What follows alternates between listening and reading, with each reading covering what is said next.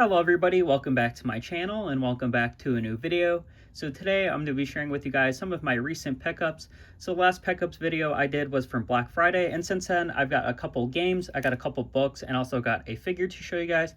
So I thought it'd be cool to show you what I got, so we'll go ahead and get right into it.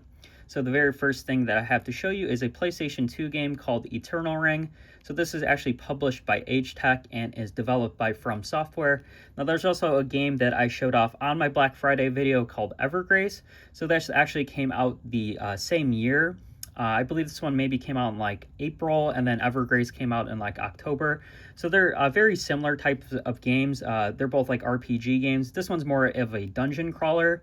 Again, it's a From Software game, so pretty cool, pretty early From Software game. Of course, they make like Elden Ring and Bloodborne, stuff like that. So pretty cool to get like an early game from Software.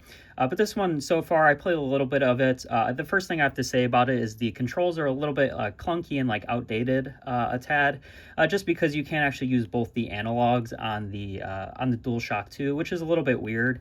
You kind of have to use the triggers to, you know, like move your character or move the camera angle. So that's kind of a strange little detail about this one. Of course, like an early PlayStation 2 game, but still pretty cool. Definitely like the art design. It seemed like it had a pretty cool story, and definitely want to jump into this one. So that is Eternal Ring.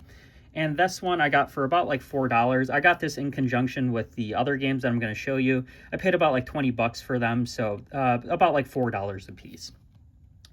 And then the next game I have here, it's a game called Project Eden. I had never heard about this one before.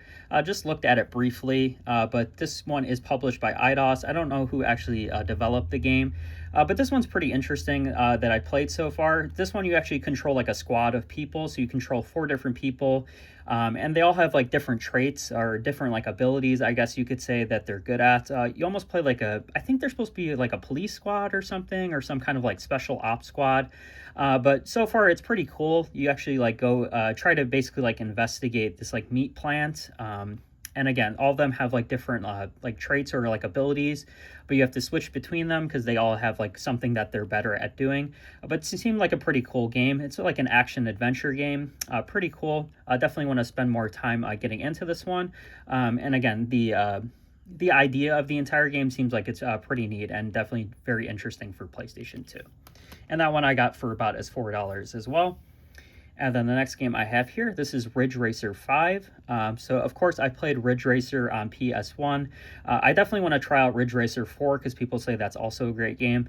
But Ridge Racer 5, I think this is kind of like more of an overlooked like racing game on PlayStation 2.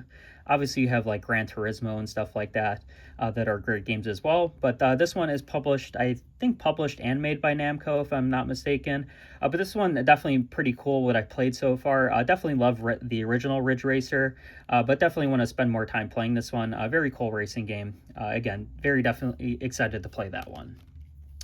And then we have a couple of original Xbox games. So this one is called Dr. Mudo. This is published by Midway. Not sure if it's developed by Midway, but this one's kind of a platforming like action adventure game. Definitely pretty cool. I definitely like the early platformers or the platformers that you find on like Xbox and stuff. They're all pretty unique. This one's pretty funny. You kind of play as like this mad scientist guy. He like blows up a world or something, and you basically have to like put it back together. So pretty unique idea, but pretty cool so far. One of the main like features of the game is you kind of like transform into like different like creatures and stuff like that from as far as I've seen, but pretty neat so far, and definitely cool to see a platformer on the original Xbox. And then the last game that I have in like that lot of games that I said I got for $20 is this fighting game called Tao Feng Fist of the Lotus. So this game I had seen before. The main like hype about this game was that the co-creator of Mortal Kombat actually was a part of making this game. So it's made by Studio Gigante, but I think it's published by Microsoft. So pretty cool. Definitely cool to see a fighting game on the original Xbox. This one I believe is exclusive. But what I've seen so far, you basically just play like different like martial artists basically, and there's almost like a damage based like system, so you can actually like hurt your limbs and stuff like that. So like the more the fight goes on, your limbs become damaged. It seemed pretty cool so far, and definitely cool to get, you know, for like a cheap price with these lot of games. So pretty cool to see again, a fighting game on the original Xbox and exclusive for it. And then the last game I have, this I didn't actually get with these games. This I got by itself, but this is a game I've been wanting for quite a while. This game I paid for maybe about like $8 on. So this game is published by IDOS. This is a platforming game called Whiplash. So this one you play as like a little ferret guy, and then you also have this little bunny. You basically like use them together. The bunny you basically like whip around on like a chain. You're supposed to be like escape like lab experiments essentially, where you're at like some like company that's like testing on animals. But again, you control the ferret and you kind of like whip the bunny around. Pretty cool platforming game. I played a little bit of it so far. Pretty neat. You're kind of in like a factory essentially, or like a facility, but pretty neat idea. It's pretty funny actually. Has some pretty early humor for Xbox. And I believe this is also on PlayStation 2 if I'm not mistaken, so you can actually pick it up on there as well. But definitely have been looking at this one for a while. I'm glad to add it to my collection. And then we'll go ahead and get into some of the other stuff. So this actually I got quite a while ago. I showed on a post in my on my page before, but I figure I'd just show off the game as well. But this is a Wii game called The Conduit. So this is actually an FPS game for Wii, obviously. It's made by Sega. Pretty cool game. Obviously, you don't see like too many FPSs on Wii, but this is supposed to be like a big budget like FPS game for the Wii, which is pretty unique. I guess it is compatible with Wii Speak. I don't actually have a Wii Speak, but pretty interesting. Have heard good things about this game. It was good enough, obviously, to get a sequel, so pretty cool. I picked this thing up for about like $3 or something like that. I don't believe it's complete though, so it's just disc and the case, obviously. So pretty cool pickup there. Definitely excited to play this one a little bit more. Just like played it a little bit just to make sure it worked, but pretty cool so far. And then the next thing I have here, also showed this in a post that I had in on my page, but this is a Skylander. So this is Spyro, obviously. Pretty cool design on him. I got him for about like $2 at a thrift store. But he's obviously like one of the first figures for Spyro, so it's like Spyro's Adventure, I believe is the first game in the Skylander series. But I had to pick him up because he was super cool, and obviously he's Spyro. It's like supposed to be like his game essentially. But I think he looks a little bit different than like obviously the Spyro that I know, or at least like his art design is a little bit different than the older Spyro. And this one I guess he looks a little bit like more intimidating. But he's still pretty cool and definitely excited to try him in Skylanders. And then the books that I have, I got some books here. So this one I picked up at a thrift store as well.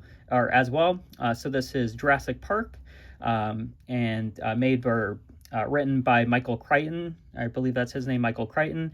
But obviously this is the Jurassic Park book that the movie was based off of. That the movie was based off of.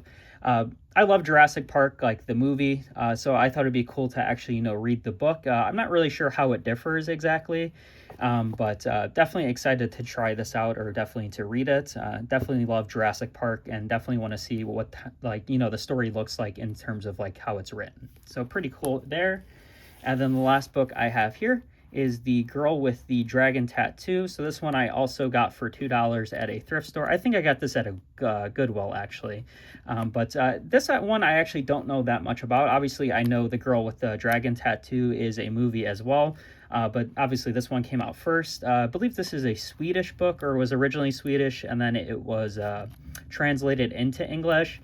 Pretty sure it's about like a writer that like investigates basically like a missing girl or something like that. Again, don't know too much about it, just like I have like heard of it, but it's supposed to be a great novel, so wanted to try it out and read it. So pretty cool there.